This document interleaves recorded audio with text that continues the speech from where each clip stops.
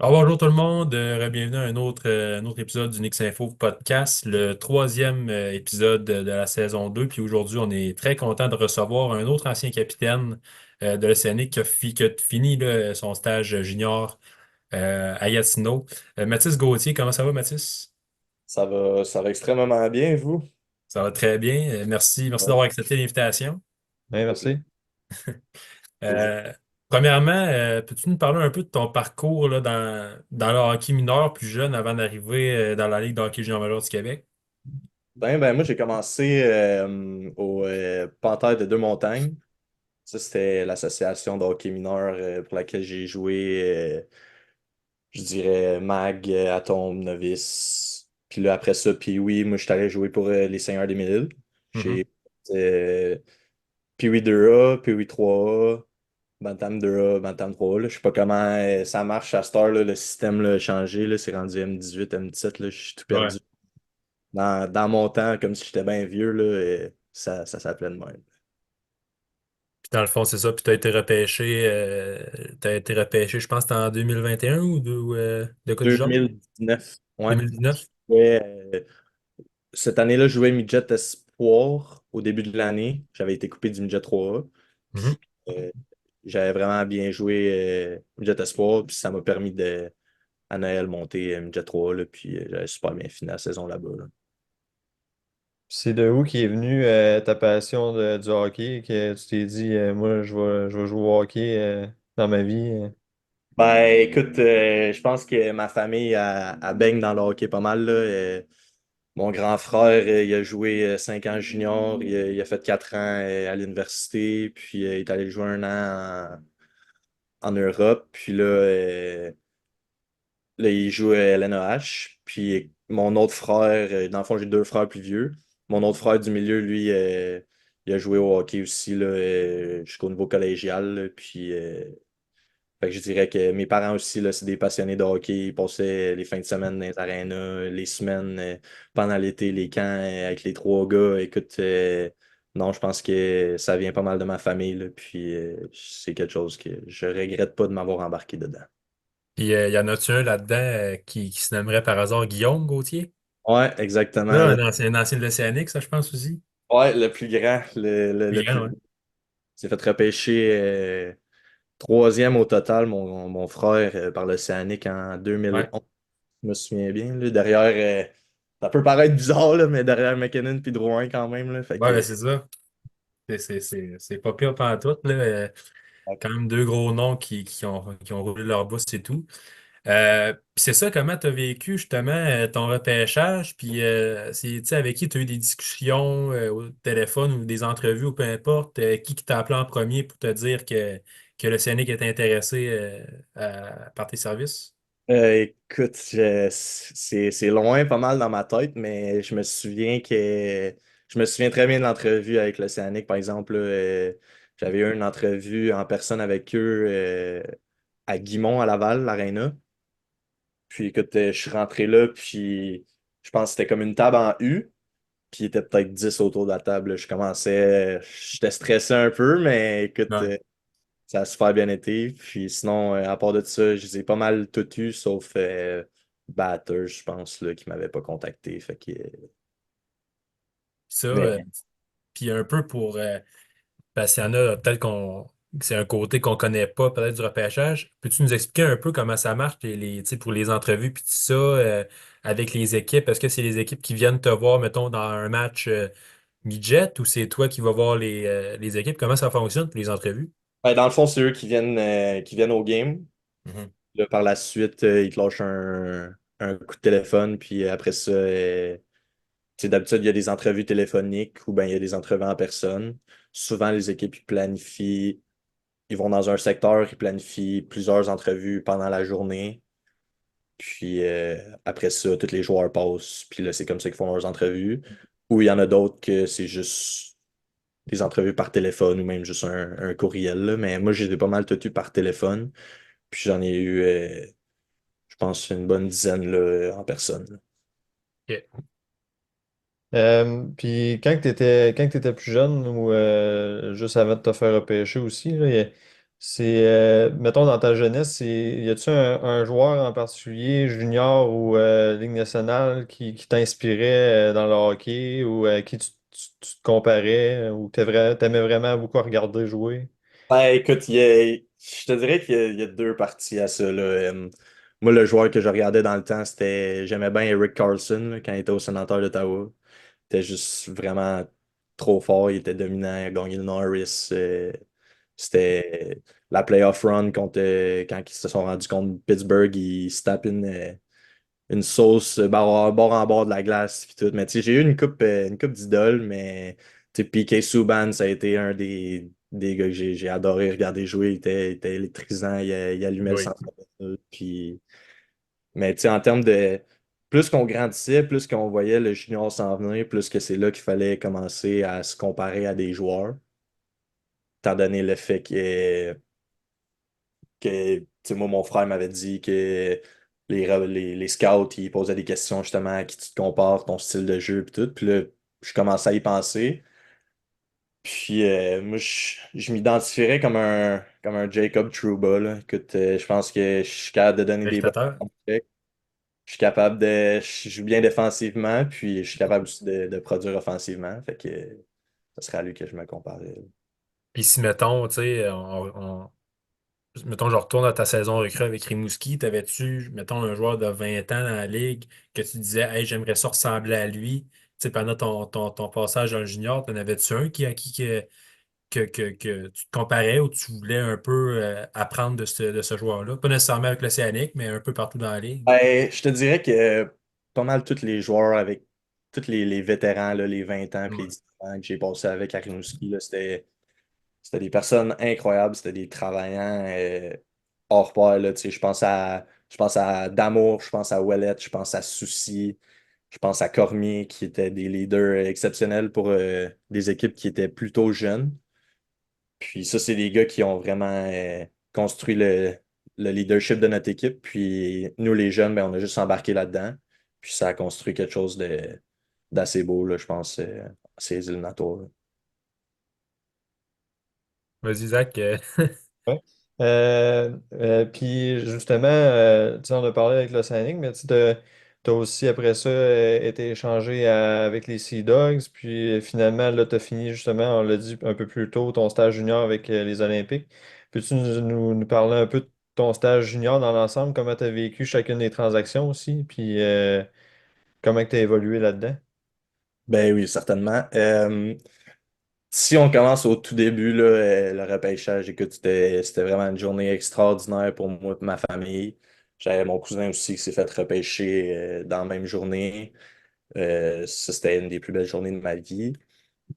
C'est juste de descendre en bas, de me faire accueillir par Alexis Lafrenière, qui est un gars qui a joué pour les Vikings de Saint-Eustache, qui a joué avec mon frère du milieu. Fait que, tu sais, je le connais un peu.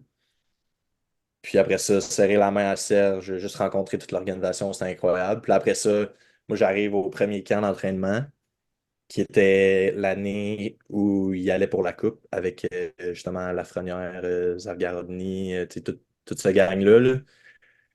Je te dirais que je suis sorti de là assez impressionné, là. Écoute, les gars étaient gros. Moi, j'étais jeune, j'avais 16 ans et j'avais de la misère à faire ma place, ce qui était totalement normal, là. Je m'attendais pas à faire l'équipe du tout cette année-là. Puis c'est quand je suis parti du camp, je me suis dit, OK, là, faut que je travaille plus fort, faut que je travaille encore 2 fois plus que tout le monde parce qu'il faut que je grossisse, faut que je devienne plus fort sur la glace, hors glace. Puis mentalement, écoute, les challenges aussi, là, j'ai vu le parcours de mon frère, là, lui qui s'est fait échanger 5 fois dans sa carrière, là, ça n'a pas été facile. Fait que je te dirais que j'ai eu un peu un modèle là-dedans aussi. Puis là, après ça, à 17 ans, je suis arrivé, j'étais prête, puis j'ai fait l'équipe comme 8e défenseur. Là, la saison a commencé, on a eu beaucoup de blessés à l'attaque, puis ça a fini que Serge il a décidé de me faire jouer à l'attaque.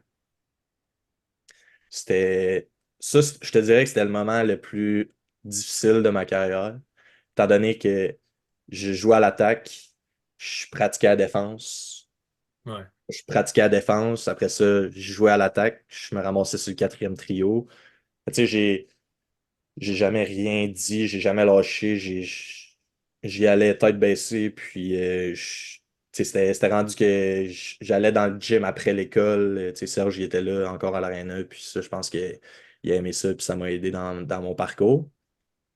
Tu sais, un moment donné, je peux vous sortir une petite anecdote, là. Oui. Ouais, contre Chicoutimi à Rimouski. Puis cette game-là, j'étais supposé jouer à l'attaque sur le quatrième trio. Puis pendant le warm-up, il y a un gars qui a shoté sa crossbar. Puis Damo, il a mangé à la puck dans la bouche. Il a perdu 4 dents. Fait que là, il ne pouvait pas jouer cette game-là. Là, mon Serge, il rentre dans la chambre. Il dit Gauthier, tu joues à la défense à soir. Fait que Ah là, ouais.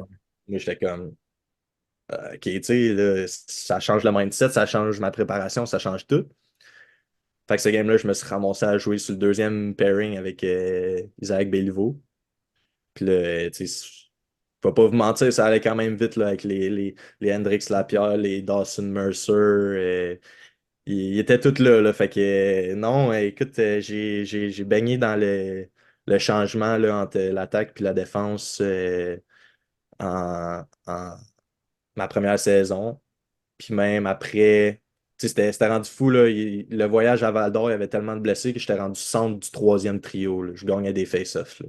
Tu sais, ça, j'adorais ça, mais moi, je faisais juste ma job, puis c'était pas quelque chose que j'aimais vraiment. Tu sais, on s'entend que j'aurais voulu partir sur la défense. Mais bon, ça fait partie de mon parcours, puis je pense que ça m'a aidé aussi à avoir la game, à comprendre la game à une autre position, puis de voir des choses différentes, ça c'est certain. Puis là, après ça, même à mon année 18 ans, avant Noël, j'ai joué quelques games à l'attaque. Puis là, après Noël, je me suis ramassé sur le premier pairing avec mon grand chum Fred Brunet. Puis à partir de là, on a construit une chimie, moi puis lui, ensemble. Ah Puis oui. après ça, cette année, ben en fait, l'année d'avant, mon année recrue, on avait battu Shawinigan en première ronde. Ça, c'était incroyable. Puis là, l'année d'après, on joue contre Saint John en première ronde, les autres de la Coupe Memorial. Puis notre line-up à défense, les trois défenseurs les plus vieux, c'est moi, Brunet, puis Maltais. Les trois, on a 18 ans. Puis on cause la surprise. Fait que c'est juste là, dans notre développement, c'était comme. Il y a quelque chose il y a une chimie qui a embarqué encore plus grande, j'imagine. Ouais, exact. Puis écoute, juste de jouer contre une équipe qui était aussi forte que les Sea Dogs, c'était tout un challenge. Puis de gagner ça contre eux autres quand notre meilleur marqueur, notre meilleur joueur était blessé, Xavier Cormier. Ouais. C'était incroyable. Puis après ça, 19 ans, une autre année différente. Là, on commence la saison. À Noël, le capitaine Fred, il se fait échanger. Puis c'est là que je deviens capitaine. Fait que, écoute, j'ai pris un autre step dans ma game, un autre step autant hors glace que sur glace, je pense. Là, et j'aidais les jeunes autour de moi, puis même les vétérans, là, on s'aidait entre nous autres, puis on aidait les jeunes. Ça a toujours été comme ça à Rimouski. On avait toujours une cheminée d'équipe vraiment incroyable. Puis on a gagné aussi en première ronde contre Chicoutimi. Puis après ça, durant l'été, je me suis fait échanger à Saint John.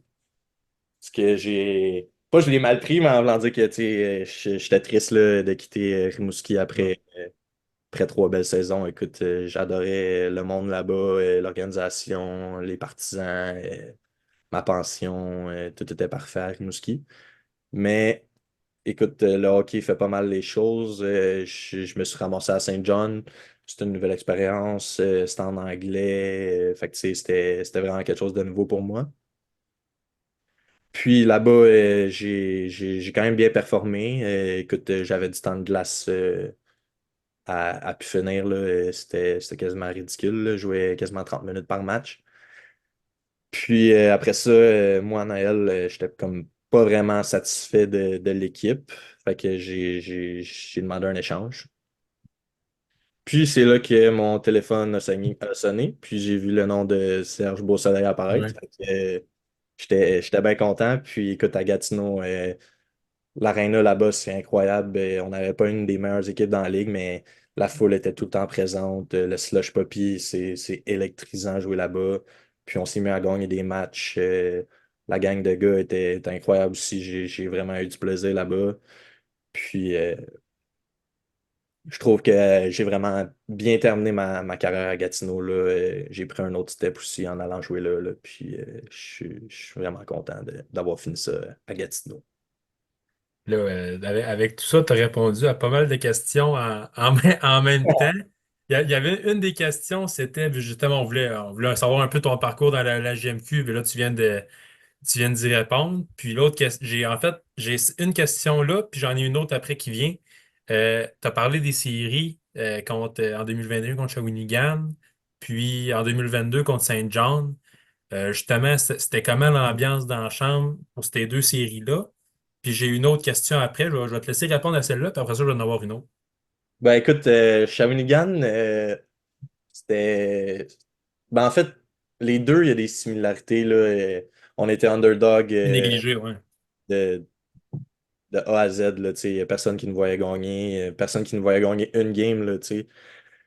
Mais écoute, Serge, c'est un coach qui sait rassembler ses joueurs, qui fait monter ta game à un autre niveau. Puis je pense que cette année-là, contre Shawi, en plus, on avait échangé Mascotte puis Bergeron à l'autre équipe. Mais je pense qu'il y a des jeunes qui ont vraiment step up. Tu sais, je pense à Brunet qui joue avec Damour contre Bourque puis Bourgault. Là, tu sais, à 17 ans, là, c'est incroyable. Jacob Puis Mathieu aussi, je pense. ouais. Puis on avait Creed dans le net qui était vraiment excellent, là. Je pense qu'il était capable de gagner des games à lui tout seul. Puis on avait des Heinz Biakabutuka aussi qui se sont levés cette série-là. Je pense à Biakabutuka qui a scoré 2 buts, je pense, le match numéro 5. Puis c'était, tu sais, dans la chambre, c'était débile, là. Tout le monde était all-in dans le plan. Puis ça a fait que c'était quelque chose de vraiment beau à vivre, puis de beau à vivre, surtout avec cette gang de gars-là, là. Puis tu sais, après ça, l'année d'après, il y a Saint John qui est les hosts de la Coupe Memorial qui, encore une fois, nous donnent aucune game, aucune chance, rien pantoute. Le club est différent. On a un peu moins de vétérans, je pense, cette année-là. Mais on trouve quand même une façon d'avoir du caractère, de jouer de la façon de l'Océanique de Rimouski. Puis je pense que ça aussi, c'est en partie grâce à Serge, encore une fois. Puis je pense que l'année d'avant, les gars qui ont vécu la série contre Shawinigan, ils savaient ce que ça prenait. Puis c'est ça qui nous a amené à battre Saint John. Là. Puis c'est juste après, dans la chambre, là, même ça à glace, là, quand on a gagné en prolongation, c'était comme si on avait gagné la Coupe Stanley quasiment. Là. C'était. Ouais. À la Serge, il était debout de sa chaise, il dansait, il y avait de la pizza dans la chambre. Il manquait juste des bouteilles de champagne, là, puis c'était comme si on avait gagné. Là. Ah, wow, c'est vraiment hot. Puis il y a eu aussi la Game 4 à Rimouski. Je pense que Amerla Ouais. a été le match de sa vie, j'ai Je l'impression. pense, il a fait 41 saves ce soir-là. Ouais. Euh, on avait gagné 1-0, puis c'était un but que Dumoulin il a scoré avec son patin. Tu sais, là. C'était comme. Ah ouais. Parce que les dieux du hockey étaient avec nous autres, puis à Saint-John, on perdait 4-3. Puis écoute, j'ai scoré de la bleue, là, une vieille ballonne, là, je la pogne avec ma main, je la mets à terre, je fais juste l'envoyer au net, puis Urtubise, il se met à genoux, puis elle passe juste en haut de son épaule. Ouais. Tu sais, c'était rien de dangereux, là, puis ça a rentré pareil. Ça nous a donné un boost. Puis là, moi, entre la prolongation et la troisième période, j'étais comme OK, là, Il y a de il quoi qui se passe. n'y a, pas de retour, là, c'est comme on y va, puis c'est à nous autres, cette game-là. Là. Il n'y a personne qui va nous empêcher de la gagner. C'est ça. Puis là, je vais arriver à mon autre question que j'avais aussi. Tu as parlé que tu as été nommé, avec l'échange de Brunet, tu as été nommé capitaine. Comment tu as appris cette nouvelle-là? Puis comment tu t'es senti? Parce que, tu sais, on s'entend avec Rimouski, il y a eu pas mal de capitaines. Tu sais, dans les podcasts qu'on a fait, c'était avec Alan Sirois, le premier capitaine. Mais tu sais, il y a eu des Pouliot, il y a eu des Lafrenière, entre autres. Comment tu t'es senti quand tu as été nommé capitaine? Ben écoute, premièrement, dans la chambre, quand Fred s'est fait échanger, il était là. Il l'a su la veille, puis nous autres qui nous l'avaient appris la veille. Puis écoute, dans la chambre, on était tellement proche, l'équipe, que tout le monde broyait. Là. Moi, le premier, écoute, Fred, c'est un de mes bons amis encore. on se voit tout le temps chaque été, puis on fait des affaires avec notre gang de chums, puis de Rimouski, puis c'est comme si on n'était jamais partis, tu sais. Fait qu'on broyait dans la chambre, puis c'est lui qui est arrivé avec mon chandail. Non. C'était vraiment un moment émotif, mais je pense qu'il n'y aurait pas eu une plus belle façon de faire ça. Puis j'étais vraiment reconnaissant. Écoute, c'est sûr que j'étais triste de voir Fred partir, mais après ça, si je suis capitaine, c'est à moi de prendre ce rôle-là. Puis écoute, comme avec tous les noms que tu as nommés, il y a eu plusieurs grands capitaines dans l'histoire de l'Océanique, là, plusieurs grands joueurs. Puis de faire partie de ça, ça a vraiment été quelque chose pour moi, là, un exploit. Puis si je te demandais ton plus beau moment avec l'Océanique. Je te dirais que ça serait facilement la victoire contre les Sea Dogs. Ouais. Il n'y a rien qui, y a Je m'y rien, attendais. y a rien qui peut battre ça dans ma carrière, je pense. Puis tu sais, on parle on a parlé un peu de la Game 4, mais il y a une autre question qui m'est venue en tête. Le Colisée, pendant le match 4, il y avait pas, c'était pas plein à 5000 personnes. Il y avait quoi, peut-être 3000 personnes, je pense. Zach, tu peux renchérir là-dessus, là. Mais on avait l'impression que c'était le Centre Bell. C'était comment de le vivre en tant que joueur, sur le banc puis sur la glace en même temps? Ben écoute, c'était. Parce que tu sais, dans l'émotion du match, il faut que tu essaies de pas trop penser à ça parce que ça peut Oui. sortir de ta game, mais je te dirais que sur le banc, on se sentait ça glace aussi. Tu sais, tu l'as dit, là, il y avait peut-être 3005 personnes, 3500 personnes, mettons, dans l'aréna. Puis Aux alentours. on dirait qu'il y en avait 10 000. C'était débile, mais en même temps, c'est ça qui fait la beauté de jouer pour l'Océanique. Moi, je trouve que c'est les partisans. Tu sais, là-bas, c'est comme le Canadien de Montréal, là. Tu vas au resto le matin, puis il y a un kid qui vient te demander un autographe, là. T'as pas ça Ouais. partout dans le junior majeur, là.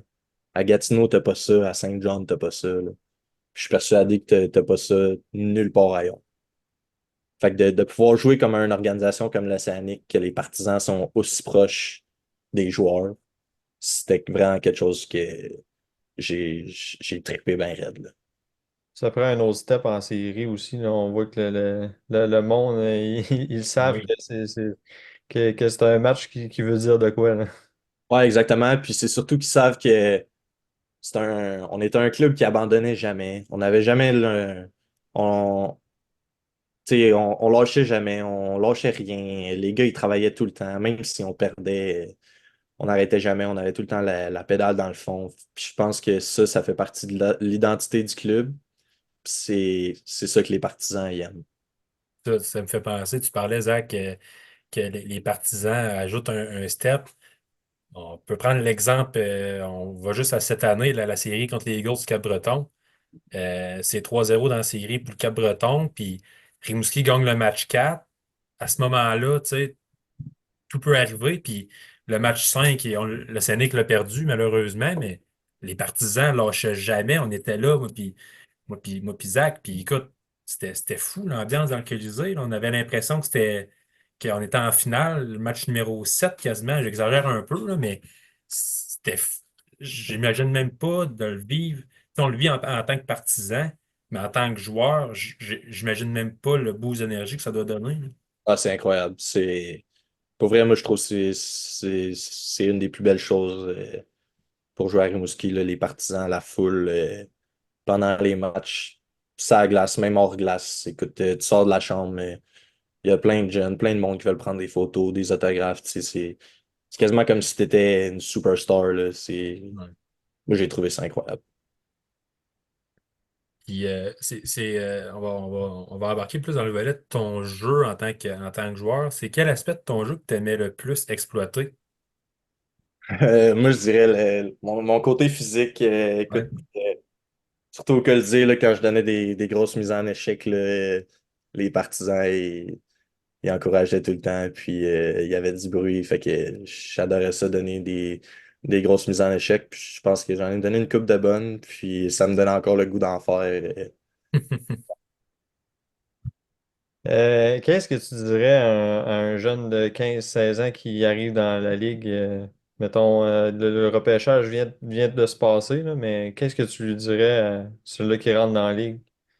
Ben, moi, mon premier conseil, c'est de travailler fort. Écoute, c'est sûr qu'il y a tout le temps quelqu'un qui va vouloir avoir ta place, qui va vouloir compétitionner, qui va vouloir se faire une place dans l'équipe. Au vouloir C'est- ta chaise, comme Martin Saint-Louis dirait. Ouais, exact. Exactement. Fait que je te dirais, c'est toujours de travailler fort, puis de jamais abandonner, puis de s'entourer de personnes qui vont donner un environnement positif là, pour t'aider à performer, puis autant en dehors de la glace que sur la glace, je pense. Là. C'est vraiment de jamais abandonner, toujours travailler. Moi, c'est ça que j'ai fait. Puis, écoute, je serais pas là aujourd'hui sans ça. Là. Puis c'est aussi, comme aussi dirait Martin Saint-Louis, c'est aussi de jouer la game dans la game aussi. Ouais, exactement. Faut pas l'oublier. Quand tu as des opportunités, il faut que tu les saisisses. Puis, écoute, Ouais. c'est le hockey. Puis le hockey, ça change vite. Tu sais, moi, j'étais centre du troisième trio à un moment donné. Puis après ça, après Noël, j'étais sur le premier pairing. Tu sais, fait que le hockey, ça change vite. Puis, faut jamais que tu t'en fasses trop là, avec ce qui se passe. Puis pour terminer maintenant, comment tu vois maintenant ton futur dans le hockey? Je crois que dans les prochaines années, tu vas jouer avec l'Université McGill. Ouais, Puis, exactement. non. Je me suis engagé là-bas. Là, je vais aller faire mon bac en travail social, puis OK. je vais jouer au hockey là-bas. Puis après ça, on va pour la suite, mais c'est sûr que moi, j'aimerais ça peut-être faire le saut en Europe là, après avoir fini mon école. Là, voir combien de temps je peux continuer à jouer au hockey, si ça peut me rapporter un peu d'argent. Puis, tu sais, sinon, après ça, je vais rentrer sur le marché du travail, puis je vais commencer ma vie d'adulte. Là. Ouais, c'est ça. Fait que dans le fond, tu entrevois quand même, je sais pas, McGill, là, est-ce que vous entrevoyez avoir une bonne saison? Écoute, l'année passée, McGill, ils ont fini troisième au Canada OK. en demi-finale contre Trois-Rivières aux Nationals.